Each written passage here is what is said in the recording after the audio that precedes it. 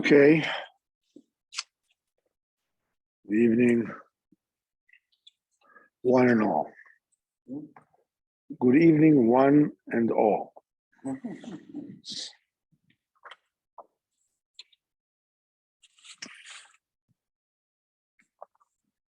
So we have established so far, Torah Samach, that there are Torah paths that they have a great insight in them. The only way to achieve this kind of insight is through great wealth. And to counter this wealth is by enlarging, widening your days in Kedusha editions. Every day you add another, not a little bit. That process is called Arichus Yamin, longevity, Chinas Zokin, ancient, Atik. And this process actually acts as a container, a silo, that to get the wealth into it, that kind of wealth that you need in order to be zocher to this insight. And to be zocher to this Arichus Yomim, to get that, is through Yira. You have Yira, this is the thing that gives you this Arichus Yomim. We also explained that the Yira has, it comes in three categories. There's one category of Yira where it is Yiras Aromimus. This is the Yira, the awe in front of the greatness, the grandeur of Kodesh Baruch Hu. And this is the kind of Yira that is achieved by introspection. That you're Chochmah Bina Das. It's like I said, it's like a puzzle, like a riddle. So when someone asks you a riddle, says, "Do you know what the answer is?" I don't know. Which means that the sechel of the riddle is hidden. Riddle is a chochmah, and the riddle is fisted. So what do? You weigh the riddle in your mind. You weigh it. That riddle is the chochmah. You know there's wisdom in there. You just can't figure out. You know what the answer is. Same thing here. You know the Kodesh Baruch Hu is V'lo he's the one that makes the world exist. But it fails to impress us. We say the right words, so, but we're not, it doesn't really move us. It doesn't really, so it's like a riddle. How do you solve a riddle? You put it into your bina. You turn it this way, turn it that way. You're thinking about it. There's different aspects of it. He says, what's the thing? The connecting it, okay? Whatever. You look into Gedula Sabayr. You look into you're thinking about it. Here's the situation. You were sitting here. It's not like, okay, this is a given, and I am living through that reality. And within the reality, Kodesh Baruch Hu does things that I like and things that I like less. And I'm supposed to thank Kodesh Baruch Hu, for both things equally. But the point is that, no, everything is created by Kodesh Baruch Hu all the time. Right now. You're eating those popcorns? The person eating the popcorn and the bowl and the table and the whole thing is being created constantly by Kodesh Baruch Hu. So when you think about it and you go this way and that way and you suddenly things open to you and you see the beginning of a thread, and you follow it, and all of a sudden things open up to you, like when you're working on a riddle or on a problem or whatever it is. And so you're thinking about it, you don't know. Suddenly you find a little, a beginning of a thread, and you follow it, and suddenly everything falls into place, right? When you get the riddle, wow, right. We spoke about it in Torah Chafalef, that when that realization comes in one fell swoop, it causes an amazing excitement. It's like, a joke is a riddle. And in the very beginning, you don't get what's going on. But when you get the point, the punchline, suddenly you get the whole thing in boom, in one shot. That's when it makes you laugh. It's not to explain a joke to you. It's a little bit like dissecting a frog. You know more, but the frog is dead. If you explain a joke to someone, okay, I understand everything you're saying, but at which point do you laugh? You need a surprise. You need to get the whole thing and boom, one side, that's how you get it. Boom, then you get it.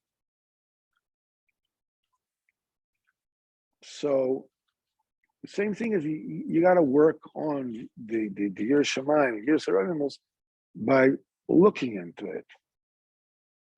It's not just, Kodesh Baruch Hu is my ATM and my cold drink dispenser.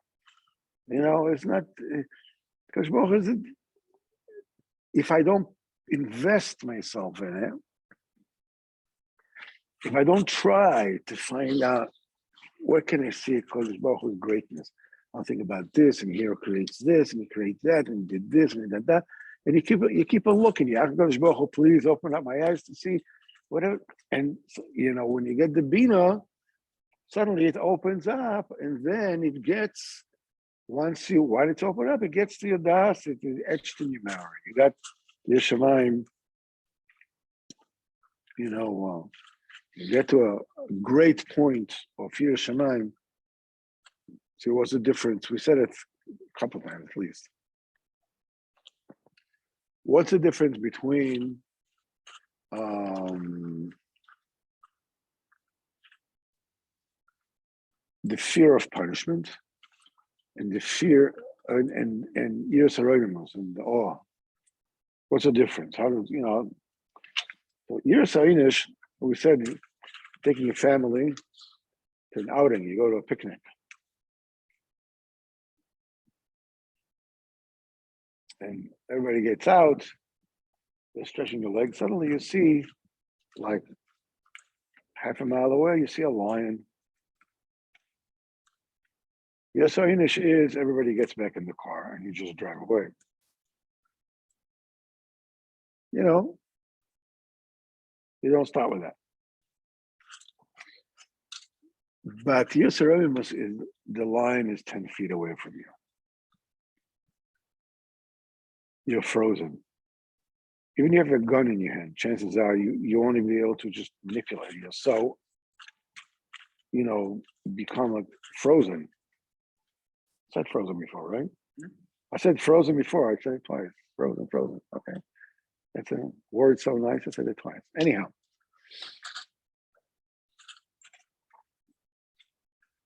That is Yiras Haraimos. When Rabbeinu was sitting at the table, the entire table was shaking from his Yiras Shamayim. Rabbeinu was saying Torah. He was saying by the table, he would put his hand on the table. The entire table was shaking.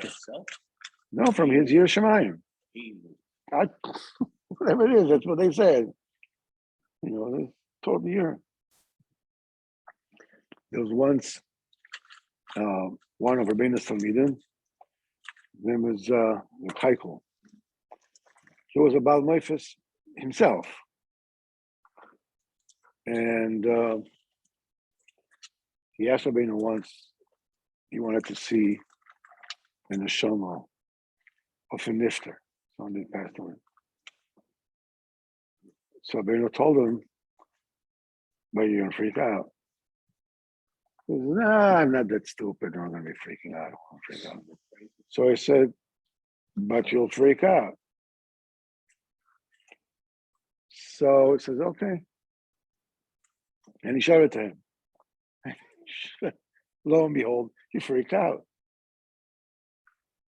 So Rabbeinu told him, oh, come on, you're a smart man. What is this?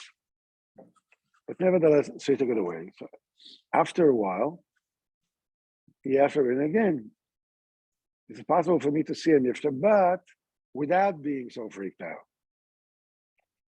So Rabbeinu said, yeah. Very soon you'll see the baker of the area passed away.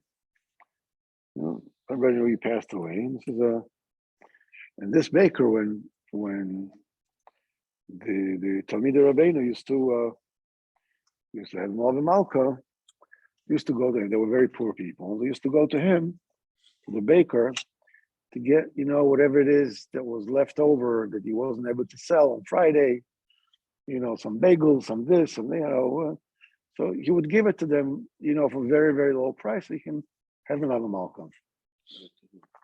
To the Hasidim, the rest of the Hasidim. So he stood there, and then he saw the neshama of the baker, who was just passed away not long before, coming to Rabbeinu and begging him to fix him, to rectify him.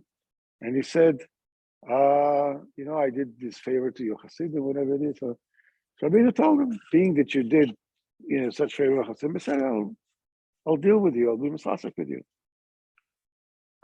Another time, the Paikel asked Rabbeinu and said, I really would like to have a taste of the Rebbe's Yerushalayim. So the Rebbe told him, he was a very great man. He wasn't, wasn't a person from the street. And Rabbeinu said, but you won't be able to handle it. And okay, still he wants to taste, wants to. So Rabbeinu moved his hand over his eyes, and he fell on the floor, and he was crying like a slaughtered cow all day long. He couldn't get up on his feet. He was so shattered until he begged Rabbeinu to take it away. Just take it away. He couldn't take it anymore. What are we talking about? And we're talking about being aware of what is going on here, now. Because Baruch Hu is here. Because Baruch Hu is here now the way he was then by Rabbeinu. The reason why we don't feel it, the reason why we don't, we're just, waltzing along and la-di-da, is because we're blind. We're under, a hypnotic trance. We got no idea what's going on here. If we had an idea what's going on here, we would freak out. We would just, thrash on the floor. I would better what? You freak out. I said that, if you get the Yerushalayim properly, you achieve it with your Matan Torah. Now you get the kelim, to handle it. Now, so obviously this, it's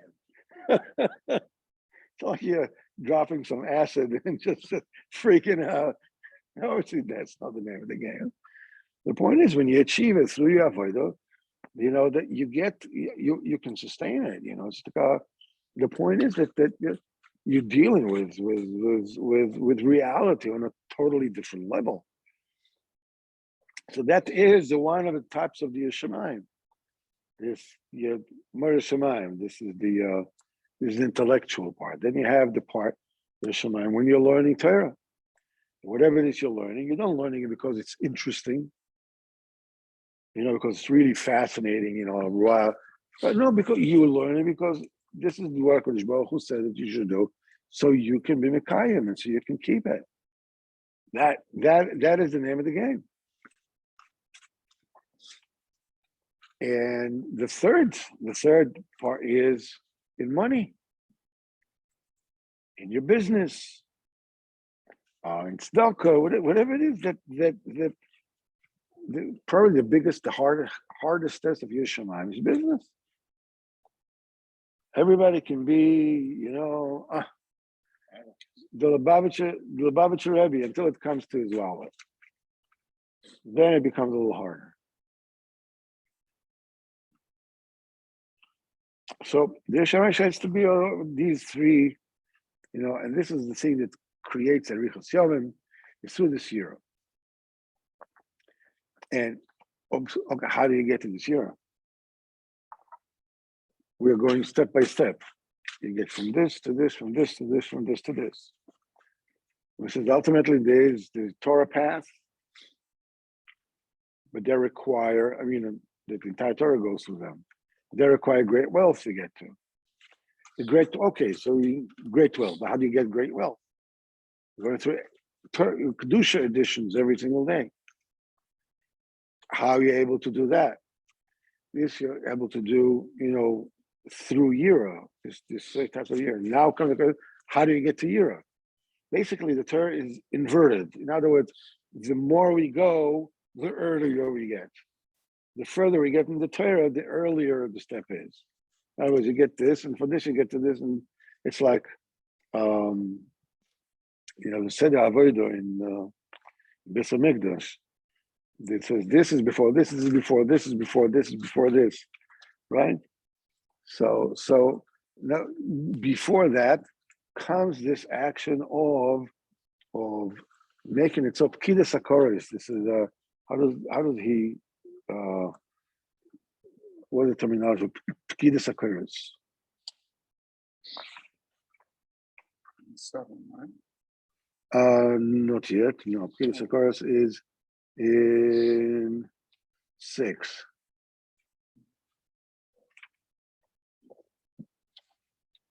I would hope so.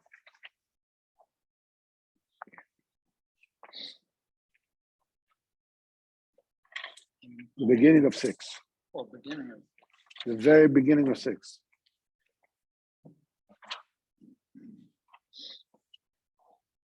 Which terminology does he use? So it says, you mean the first sentence? Yeah. The granting of special providence to barren women is achieved by waking people. Okay, again, say it slower. Bearing. Barren. Of this I understand. What comes before bearing? Special providence. Special providence. Mm-hmm. Special providence to barren women. Special providence to barren women. Pkidas HaKoros. Okay. I understand where he's coming. Why? Okay. This giving this hashgacha to barren women so they'll be able to give birth. And we said that we're looking to what is a barren woman? A woman that can have children, right? But we're not only talking about women cannot give children is one type of inability to procreate, to give forth progenies. But as Rabbeinu says, the same also applies to every person who is disconnected from his seichel, from his real seichel. There are people who are sleeping out their lives. They think, it's all about, do I get the money? Don't I get the money? Do I do this? Do I do that? Is that, do I buy myself, a gas grill or charcoal grill? I do this or do that. And if, these people may sit in kollel even, and davening, whatever it is, they're still sleeping their lives away. To be awake means that you're connected to the seichel. You're connected to your mind. You're connected to your mental faculty. What are you doing? What? Tachlis, what's the story? What's the story of your life? What are you doing? And this is, in other words, you need to wake up. So when somebody is asleep, he's not connected to his mind. that his avodas Hashem does not bear fruit, same as it were, barren women don't give birth to new babies. In other words, you also says, Ella, told us now, it says that Ella told us Yitzchak, told us Avraham, told us Yitzchak, he says, the toldus of tzaddikim is Torah Masim Tovim. The children of tzaddikim is Torah Masim Tovim. That's that is your real children. That you're fruitful. You're bringing you new existences. You're bringing new godliness into this world. But if a person is just perfunctorily just going through life, not even interested, being interested in awakening, what do you want from me? Why? You can't find any people worse than me. You're getting on my case. Leave me alone. What do you want? Well, I think I'm a very nice person. You're very nice, but nice. I know somebody in the States who is fairly affluent and was concerned because this person wanted to buy a Lexus. So he went to the Rav to say, I'm not so sure that I should do that. I feel kind of embarrassed, etc. And he said, no, you don't have to be embarrassed. He said, I have a Lexus also. That's what he said. And when I heard that, I had this horrible feeling that the rabbi should be embarrassed. Yeah, and also that they would drift away from. I don't know, whatever it is. I mean, it's just like the point is that people are sleeping or whiling away their lives. They're asleep. They're not connected to the seichel. The idea is that you're supposed to awaken them. You're supposed to agitate them. You're supposed to excite them. But it has to first of all come from them. Mm-hmm. First of all, it has to come from you that you're interested. Once you are awakened, okay, let's have a point is that if you'll just awake, and then after a while you fall back asleep again. So what you need is that once a person has awoken, you have to show him his seichel. You should show him his, and the seichel of every person is different. It's called a person's goal in life, his purpose in life is different.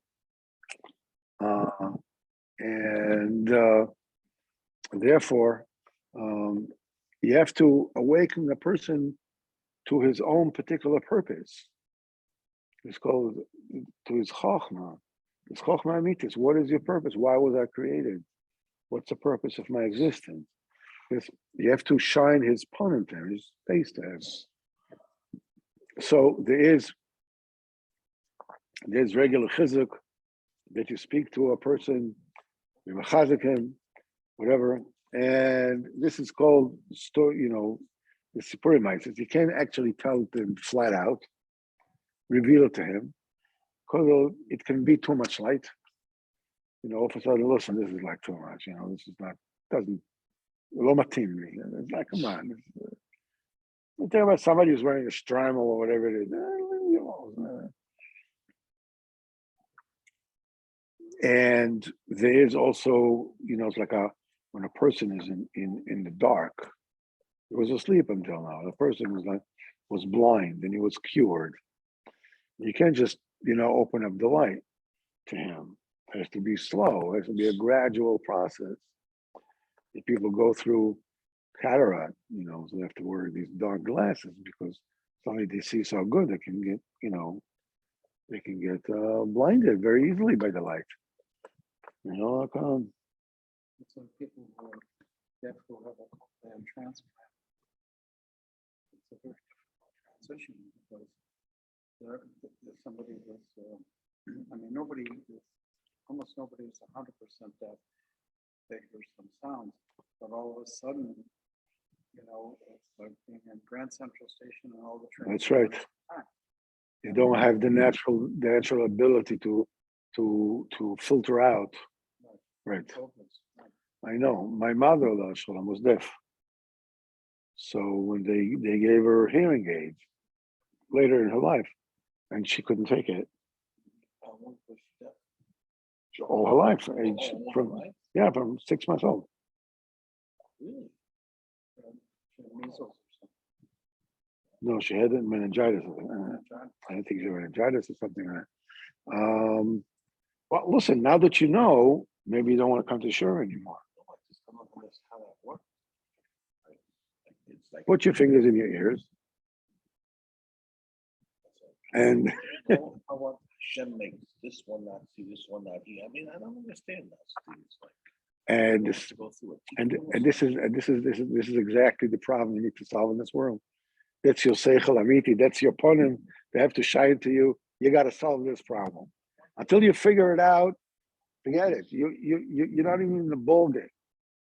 Come on, what do you care? No, I always- Yeah. Well, if you go to one rabbi, tell you this. You go to another rabbi, says that the rabbi told you that is b'chlal avil d'chai, is in Michigan. Okay, what do you need all these things?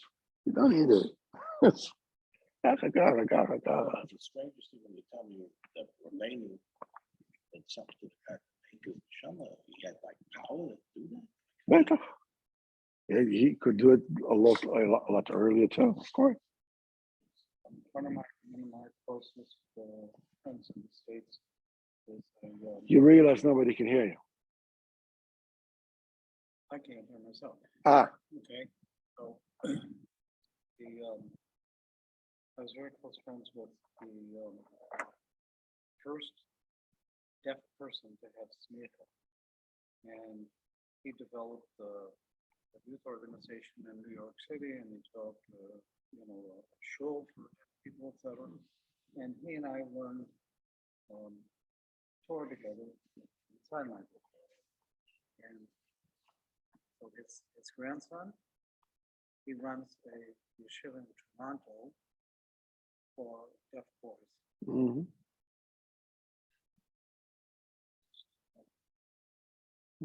Like seven, like Hashem makes a person like that. But This one you is- also but you can fly. This Did you- frame and this but toy just is said you- built perfectly and it's strong and Yeah, it's but nice but and but, rest but of you it. realize that you can't fly. I don't know if, Well, yeah, the whole thing is so yeah, but this one can, this one can't. Let's just Baruch Hashem, because Baruch Hu knows what he's doing. That's the bottom line. And so you have to cloak, you have to dress up his troop on him with mises, with parables, whatever it is. And sometimes the Torah by itself is too big for them, so they have to dress it up in like whatever it is that we're saying over here. We spoke about Chochmah Bina Das, then Kodesh Baruch Hu. So I dress it up for you as a joke, as a riddle, and so that's not the Inyan Atzmai, right? That's not the main thing itself, but it is dressed up in a mashal, an example. And when you think about it, okay, now I get it. What's the pshat is that that the great Kodesh Baruch Hu is hidden from you, and you're using your bina to explore it, and then you get to the das, and it gets recorded. Unless you go through a story, like a riddle, where the answer is, you go this, that. All right, now I know what you're talking about. Or I think about the story about the joke. Okay, now I know. And you get it one fell swoop, then it's funny. Then get excited. You start laughing. You start. So, in other words, when you are cloaking, when you are, dressing up the limud itself with a maisa, it awakens a person. It brings it closer to his das. There are some people that fell off from all the 70 facets of the Torah. That, in other words, you can tell them stories until the cows come home. You can even tell a story about the cows coming home. But ain't going to do it diddly. Nothing. You have to tell them, you tell them stories from beyond time and place. And Avi gave us when he passed out the copies of the Seven Beggars. Shalom did. I brought it home. I told Susie, well, learn is basically meaning we'll go through this. And I told her, don't initially try to understand it. Just listen and absorb. And not initially, should you try to understand it? Mhm. Not initially. Not what initially. You said initially, don't try to understand it. Well, it could be that the whole time don't try to understand. Well, I think It's like the whole thing with, when we hear the Megillah, no, but you're right, Lemais. It's not. First of all, just soak it in. Afterwards, you can learn various things from it. Is negate to you, but the Maisa itself, you'll never be able to understand. Never be able to understand. So what this is about. So this is the deepest. This is Torah. So this is Chinas Atik, and now we're going to say, okay, you're awakening people through telling them stories, and now Rabbeinu is going to say that you have to be very careful. From improper students, Talmidim Sheinam Hagunim. And this is what it says in Siman Zayin. When a person is busy awakening people, he has to keep himself from Talmidim Sheinam Hagunim, Talmidim that are dishonest, that are not the way they should be. wouldn't that also be the case for the teachers as well? Are you implying something about me? No. Wait, come on. I'm just kidding. Just teasing. Years ago, I was in Let's try to go forth a little bit and understand what's going on. So a person needs to keep himself on talmidim which are improper. So their bad won't stick onto him. Shouldn't harm him.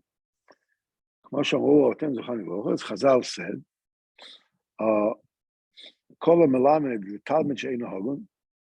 anybody who teaches a Talmud that is dishonest, that is not, falls in Gehenna.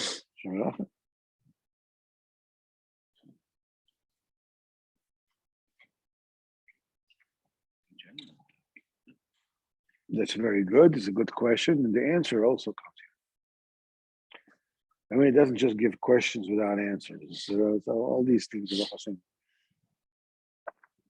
In the same way, Chachamenu Chazal, forbid lichtov al or tmeo, to write tefillin or mezuzahs, Sefer Torah, on the hide of an impure animal. So the Torah of HaKadosh Baruch Hu should be in your mouth, that which is allowed, that species is allowed for you to consume. It could be an avela, it doesn't have to be shechted for that. But it has to be a behemoth that its kind is allowed leficha. When you're learning with somebody else, this is an essence of writing. You're actually writing on them. You're writing on their heart. You're writing on their minds.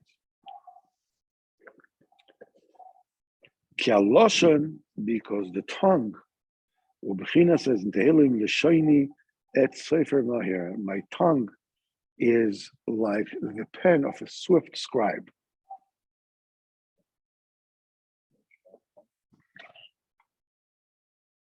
And somebody can explain well, that it is being engraved and written on the heart of the Talmud. Right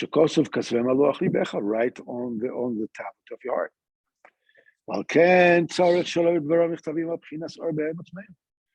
It is essential that his words will not be written on something which is akin to the hide of an impure animal.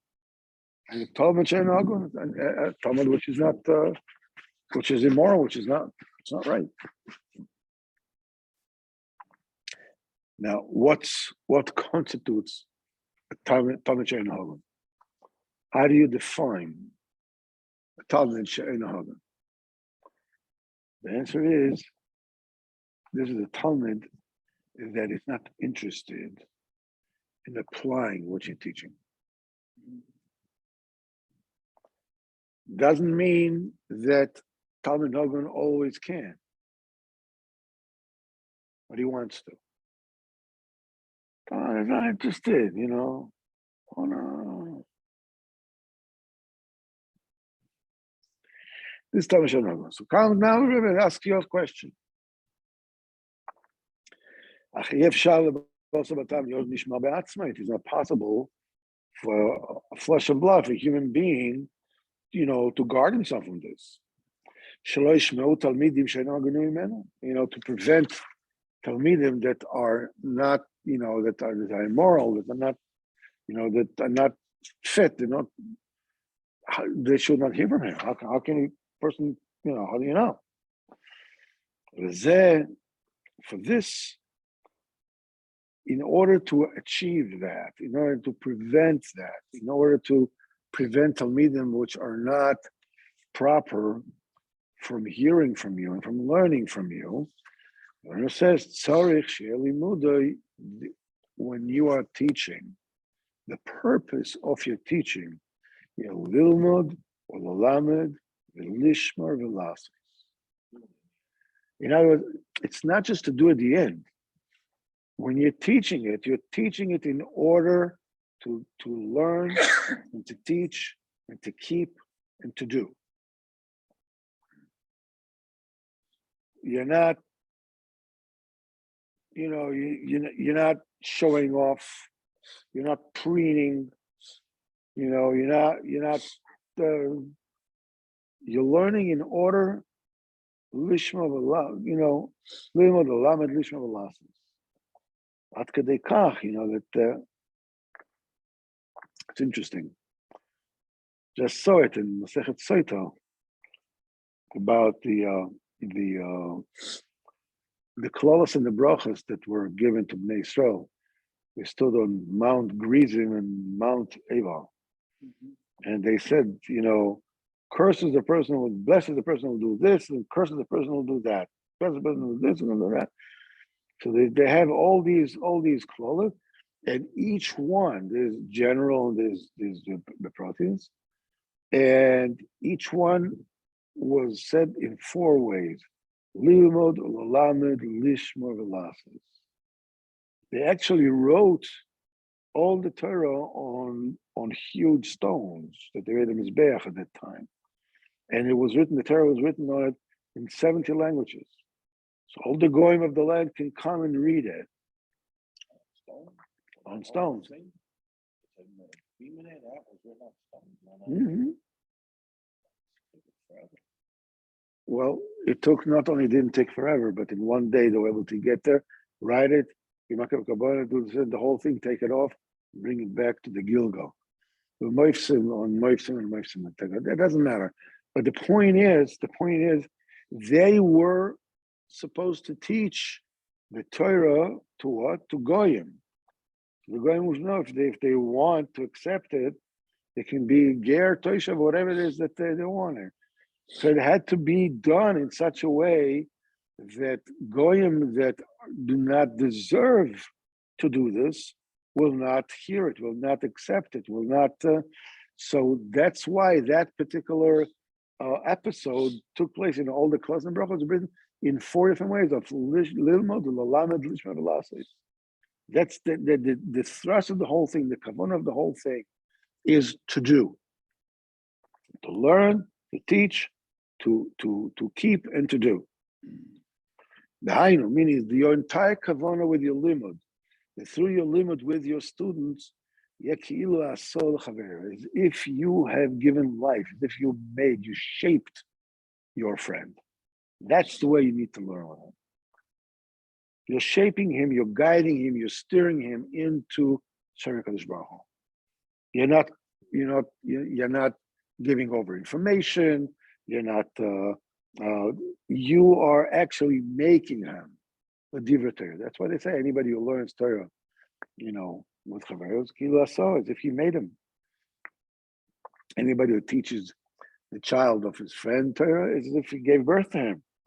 It's because you're giving him a true mitzvah. Kilo aso, ki v'keilo aso divrei Torah, as if he made him to divrei Torah. Anybody who teaches the child of his friend Torah, kilo aso. So Avram Avinu and Sarah, the nefesh that they made in Haran. So Chazal said, what did they do? They were megaya them, right? Avram and Sarah. And so they made them. Nefesh also b'charan. When you megaya them, you're giving them creation, you're giving them existence. When a person learns with this kind of kavanah, Hakadosh Baruch Hu is guarding you. In other words, you don't have to figure out, is this one okay? I don't like him so much. What is this, the striped tie that he's wearing? You don't have to worry about that. You just learn in order to make him, to shape him, Divrei Torah. Hakadosh Baruch Hu to make sure that if he's not proper, he says, come on, this guy's boring. No, just let me go. He'll totally forget what you're saying. He's not even interested. He's not interested. I came here, to find something interesting. To do what I'm a slave. No. And it's like when you hear things which are not negaya to you, that it's totally gone. The Hakadosh Baruch Hu is keeping you that your words will not be written on the mind and the memory of this Talmud, which is improper. You'll forget it, in one ear, out the other. And when you're doing it by telling stories, it also needs to be done with this kind of kavanah. And this is what Chazal said, that the conversation of Talmidei Chacham needs to be studied as well. Why do you tell me that? Why do you speak to me about that? He's a Talmid Chacham. I'm talking about real Talmid Chacham. If he spoke to me about that, whatever it is, find out what was it. What is Hakadosh Baruch Hu telling me with that? Behind the call, all these conditions that you need in order to teach. In other words, teach in order to learn and to teach, to keep and to do. All these four modes of limud, and the Chacham also needs it for his sicha. And this is alluded to in Yechezkel, V'aleo l'trufa. Aleo l'trufa, the leaves is a remedy. Alehu, this is Pchinas Sichas Talmid Chacham, as Chazal said in Masechtas Avodah. Al pasuk V'aleo lo yibol, his leaf will not wither. Afilu Sichas Talmid Chacham tzrichos limud. Even a sicha, just a deeper ba'alma, just your conversation, you need to learn it. You need to study it. Because even a sichas chulin, which is like a leaf, like, okay, so what time is the bus, whatever it is, just these kind of things. It's like the smallest thing in a tree. What is most? Just a leaf, dries out and falls off, right? It's still, it doesn't go to waste. It's the trufa. V'aleyu, their conversation, the trufa. Trufa means medicine, medication. The trufa is remez lehatir peh, to untie, to loosen a mouth.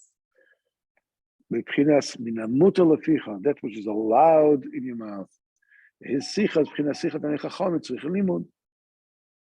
will be along those lines, to teach, to learn, to teach, to keep, and to do. then you will be guarded from Talmidim which are not proper. As we said before, the very much of the tzaddik is like a limud, because that tzaddik is zeichet to trufa. In other words, he's guarded from Talmidim that are not proper.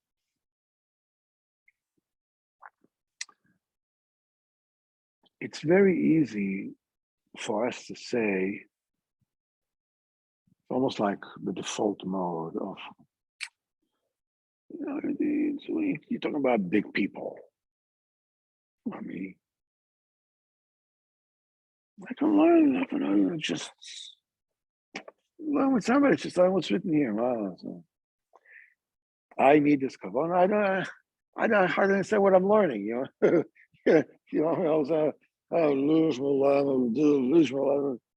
on, you just got, no. Everything that you learn with anybody should always be the kavanah that they'll be able to use it. They should learn, they should teach, they should keep, and they should do. Then it doesn't matter if you just, learn a little bit, just a word, just a mashu.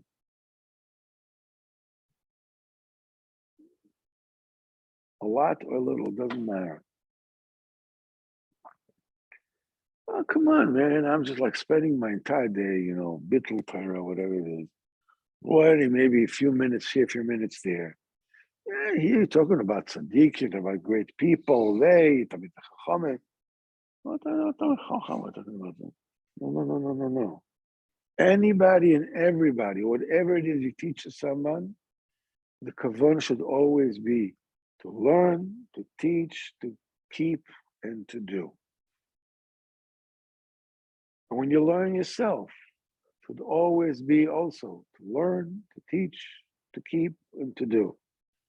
You can't always find what is the practical application of what you're learning just now. I know to learn. Okay, so I'm learning it. I know to teach. Okay, and that should always be the main kavanah of everything. It is so important for us to internalize the idea that we are around, we are learning, we are doing whatever we're doing in order to learn, to teach, to keep, to do. Doesn't matter if I do a minute a day or 24 hours a day. It doesn't matter. That's the kavanah with everything that I do. And when I go to learn from somebody else, this is also my kavanah. I'm not going to hear, I'm not interested in how brilliant this guy is. I enjoy brilliance just like the next guy. But I'm coming in order to learn and to teach and to keep and to do. And when I learn in such a way, mind you, not only I know about himself, but if if his words are empty, I forget it. I don't remember what he taught me. It doesn't get written on me either. Yes, what about the rabbi? What if the rabbi is not the rabbi is improper?